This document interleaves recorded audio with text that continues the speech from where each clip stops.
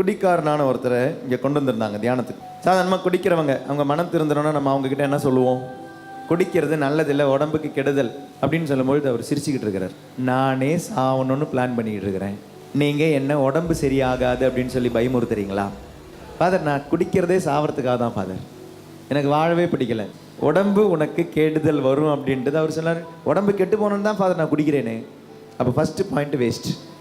ரெண்டாவது பாயிண்ட் என்ன சொல்லுவோம்? உங்களுடைய மனைவி உங்களுடைய பிள்ளைகள் எல்லாம் கஷ்டப்படுவாங்களே, அதுக்கும் சிரிக்கிறார். அவங்க கஷ்டப்படணும் ஃபாதர், அதனால தான் ஃபாதர் நான் குடிக்கிறேன். நான் நல்லா இருந்தவன் ஃபாதர், என் வாழ்க்கையை கெடுத்ததே அவங்க தான் ஃபாதர், அதனால் அவங்களுடைய வாழ்க்கை நல்லாவே இருக்கக்கூடாது ஃபாதர். நான் கெட்டு போகிறத அவங்க பார்த்துக்கிட்டே இருக்கணும், நான் அழியிறத அவங்க பார்த்துக்கிட்டே இருக்கணும், நான் பழி வாங்குறேன், இப்படி தான் ஃபாதர் நான் பழி வாங்குறேன். இனி இப்போ இவர்கிட்ட என்ன சொல்கிறது?